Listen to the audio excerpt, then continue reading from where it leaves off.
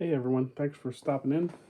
Just wanted to talk a little bit today about some Maisto cars that I'm working on for an upcoming race.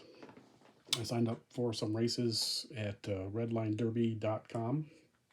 Uh, the guys there are really fantastic. I've had a great time interacting with most of them. Uh, or at least all the guys I've interacted with have been great, and the folks there are helpful, and the articles and the information that you get from the site is really top notch, top levels. So many of the best guys I see on many of the videos on YouTube are at that location, and they're all super helpful, and they're all highly experienced in the racing, so they can answer pretty much every question that you might have about diecast racing. Um, so I've been using a lot of their experience to help me understand what it makes a car good and what makes a car great, and there's the differences between uh, being competitive and being this last place guy. So as part of that, I found these Maisto 370Z. I think it's a 2009 issue.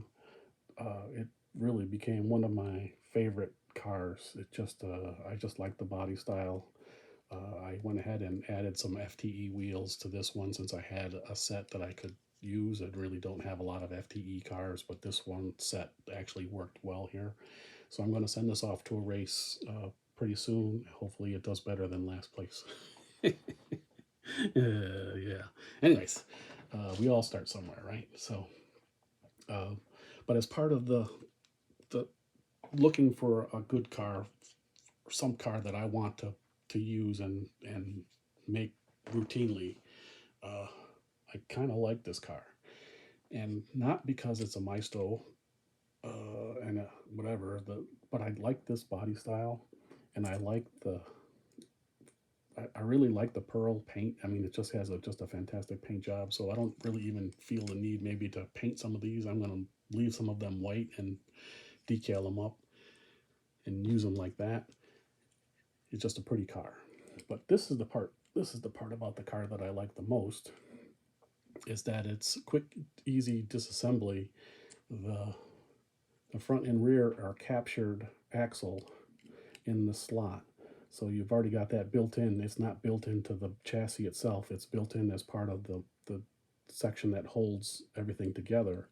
And if you notice, in between is just a huge cavern where you can add your adjustable weights and keep them low in the car and not have to worry about carving out seats and every interior because the windows are part of the top section here and it's all covered up automatically. I mean, in my mind, it hits so many of the bases that I've been looking at. So I've settled on purchasing several of these, four or five.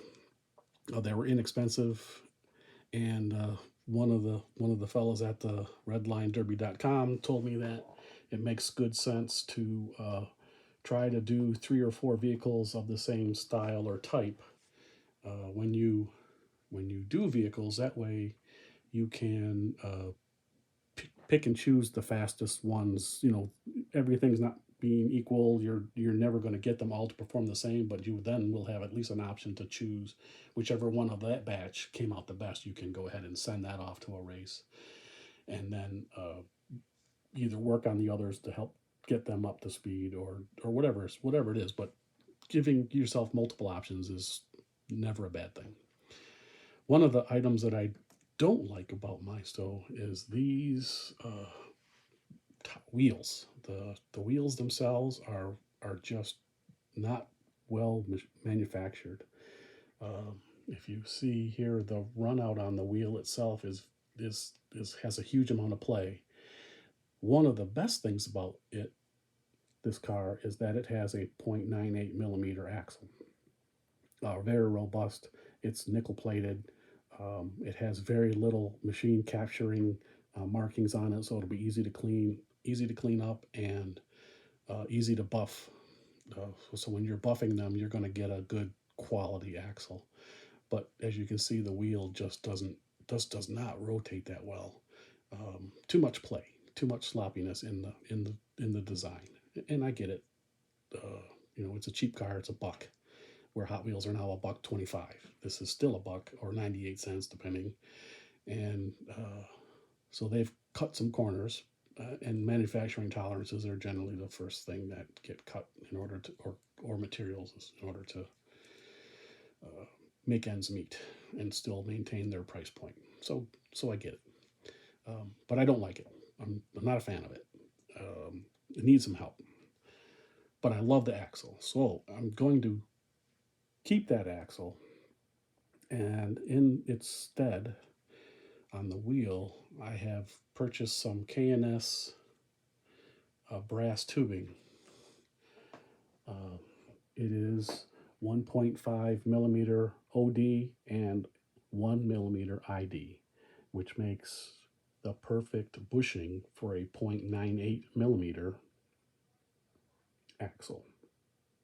Hot Wheels axles are 0.8 or less, giving you a sloppy fit. It would never be a good bushing in this instance. But for this axle, for a 0.98 axle, it is an awesome bushing.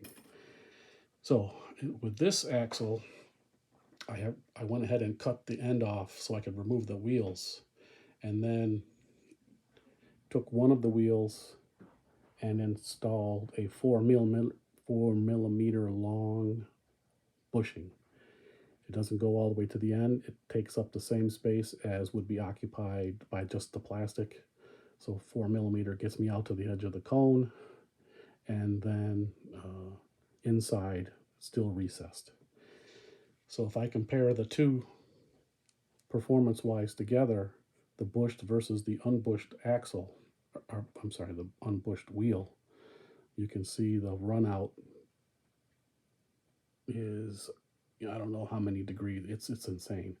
But the bushed the bush tire has almost no run out. It is very smooth and very well. First of all, I haven't even lubricated this yet, and I get a 10-second or so spin time. So just that improvement alone has taken a wheel that's completely unusable and put it into the realm of not FTE completely, but better than your standard Hot Wheels wheel, unlubricated. So I also like the wheel. If the fit is good with the bushing, I like this wheel because there's a lot of meat here that can be shaved or sanded if the case the wheel is not round. And I have not found any wheels that are not round. Once I've bushed them, they have all performed incredibly well. But if you like some fellas do, they like to grind an angle in here to give you more space at the edge where you create your contact patch with the track and then shave the rest away. There's plenty of room for that. If you wanted to reduce the thickness here of the tread, you can reduce that. And if you wanted to reduce the width of the tire itself, you can do that. There's plenty of meat on this, and because it is there is no holes, there's no through holes through that, you end up with a very robust wheel, even if you were to shave away a good piece of that in an effort to change or modify the wheel.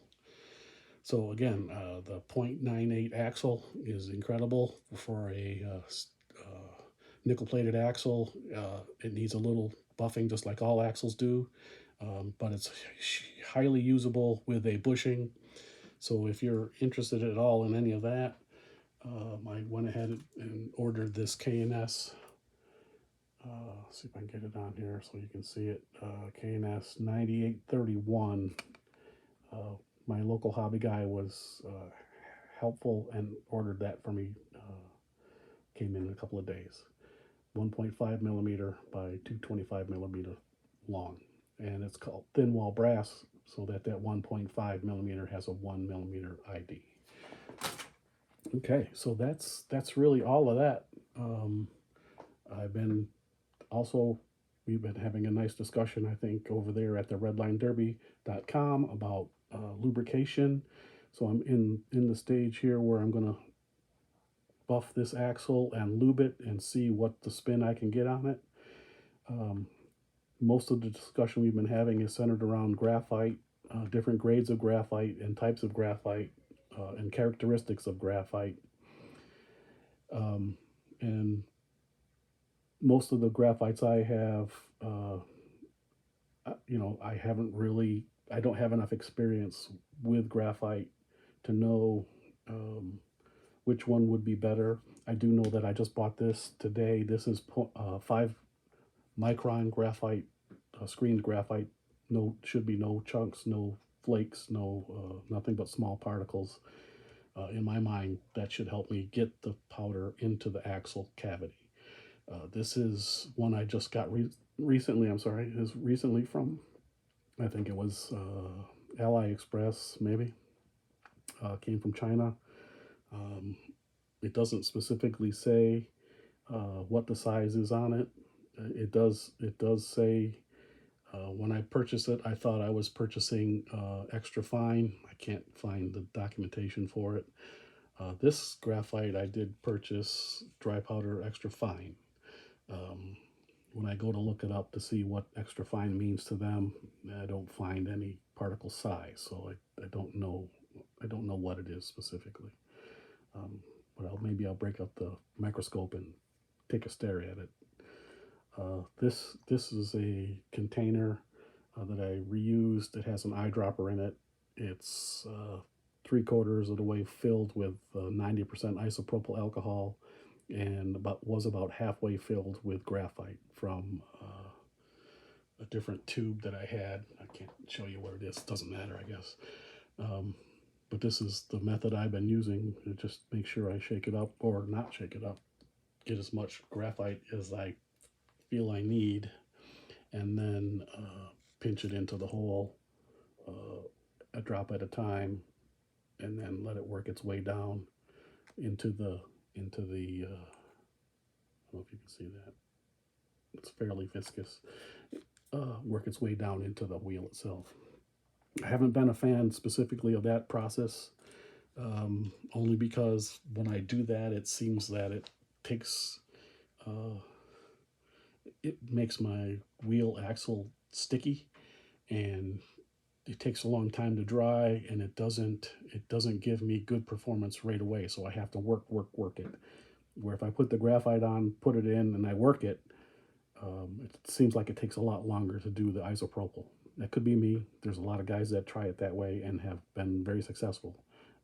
So, like I said, I'm not saying I'm not going to try that again in the future. My first-hand experience has been that I'm not necessarily a fan of it. I have to play with it some more to see what we end up with. But the next step in my testing with this lubrication, well, I did try this dry lube. Yeah, I'm not a fan of that stuff at all. It's messy, and it didn't seem to do much of anything, to be quite honest with you. So maybe I'll keep that in the closet for emergency something or other. But the next item is molybdenum disulfide, and it's called moly generally, but it is an additive, or it can be used as a standalone lubricant, or mixed with the graphite to give you the properties. Molybdenum disulfide is a little bit slicker than graphite.